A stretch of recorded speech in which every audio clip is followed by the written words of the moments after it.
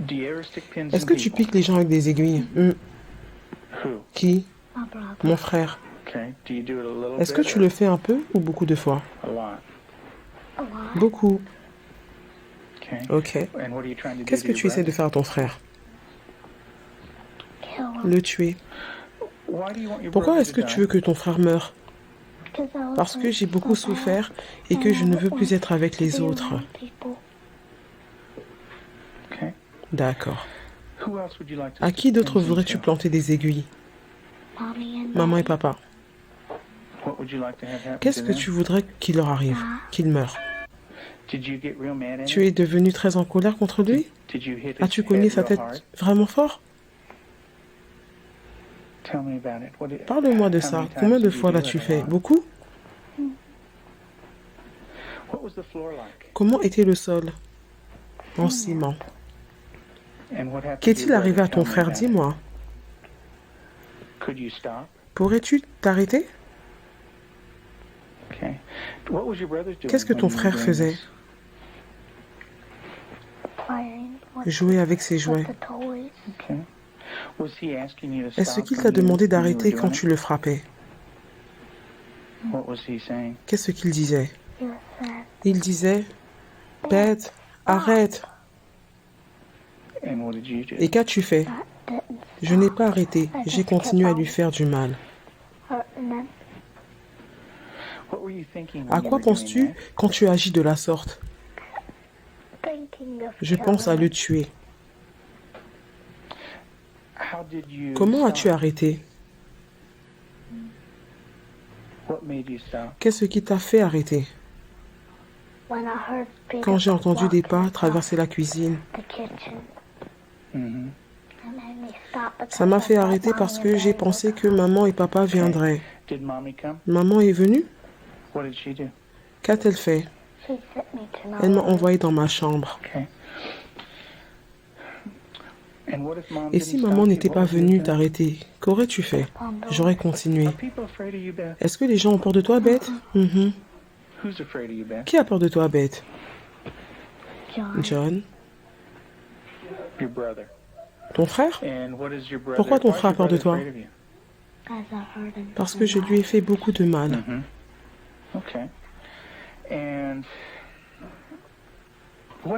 Le soir, que font tes parents à ta porte? Ils la gardent fermée. Pourquoi la gardent-ils fermée? Parce qu'ils ne veulent pas que je fasse du mal à John. Ils ont peur que tu fasses du mal à John?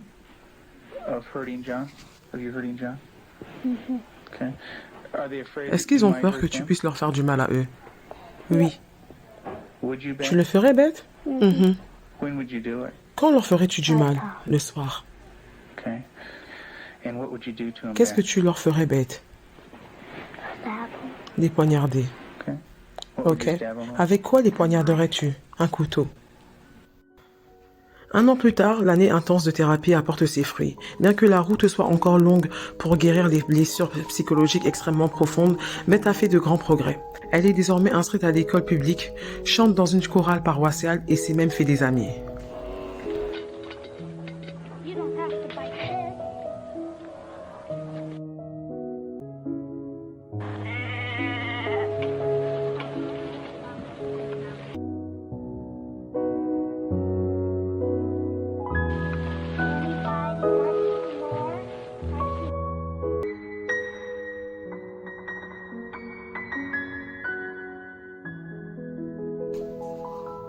À ce jour, Beth est diplômée de l'université et est infirmière. Elle a reçu une récompense pour son travail hors pair au sein du service maternité. Elle donne même des conférences sur les méthodes d'éducation et la thérapie de l'attachement. Voilà, en tout cas, le mot pour la fin, c'est si tu as été un enfant maltraité, comme je le dis depuis tout à l'heure, essaye de guérir, vraiment. Parle, sans pour autant dénigrer tes parents, parce que c'est vrai que les parents, hein, on le dit, hein, les parents, faut les honorer, faut les respecter, faut les aimer. Essaye de guérir, vraiment, en t'entourant de bonnes personnes, de professionnels, et aussi travaille la confiance en toi. Voilà, donc voilà, vous avez vu, hein, ce sont des images qui sont vraiment triste. En tout cas, moi, personnellement,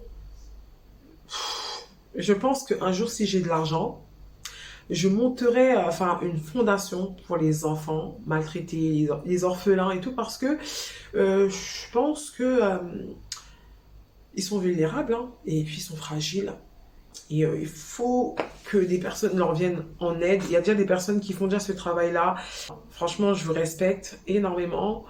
Voilà, parce que c'est pas évident. Et maintenant, je vais parler aux parents, aux adultes qui tapent les enfants. Je vais pas venir vous pointer du doigt et dire arrête de faire ça. Même si j'ai envie de le faire, parce que c'est vrai que moi, personnellement, j'aurais même mis une loi, 5 ans d'emprisonnement ferme pour les parents qui battent leurs enfants. Comme ça, quand ils ressortent de là, ils réfléchissent à deux fois avant de battre leurs enfants, parce que pour moi c'est trop facile en vérité de battre son enfant. C'est trop facile de dire non, je l'ai battu parce que je voulais qu'il ait un bon comportement. Bah c'est le contraire. C'est le contraire. Oppresser une personne, passer par la violence n'est jamais bon. Que ce soit avec un enfant, un adulte ou peu importe, c'est pas bon en fait d'oppresser une personne. Ça ne donne rien. Ça ne donne pas de bons fruits, de bons résultats. Donc voilà, après on peut se tromper, oui, mais bon, après on peut aussi gâcher la vie des gens.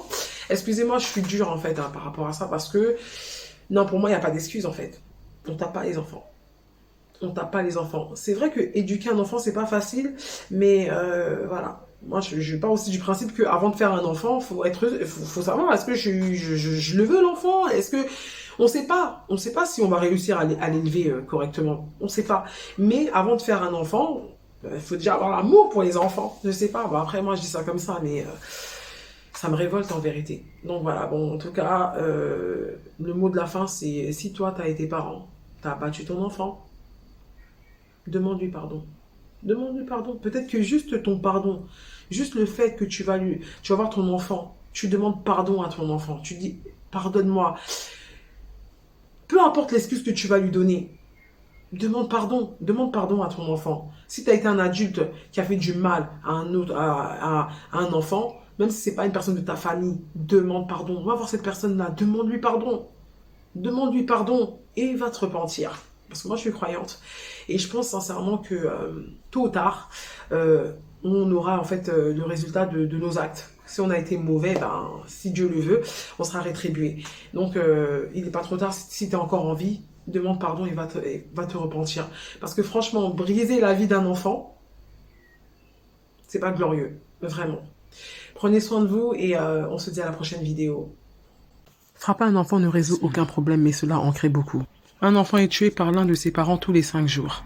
Pourquoi tu m'as construit si maintenant tu me détruis? Pourquoi tu t'en prends à moi? Tu brises mon corps, tu brises mon cœur, je ne suis qu'un enfant, ton enfant. Vous m'avez fait naître, ne me faites pas disparaître. Les plaies invisibles sont les plus difficiles à cicatriser. Les voisins n'arrivaient pas à dormir, mais ils arrivaient à fermer les yeux. Merci de vous mêler de ceux qui ne vous regardent pas. Appelez le 119. Numéro d'urgence, le 119. Force à vous, courage et que la paix soit sur vous. La maltraitance infantile désigne non seulement la violence physique et verbale, mais également la violence psychologique, les abus sexuels et la négligence. Je garde les traces de mon pain.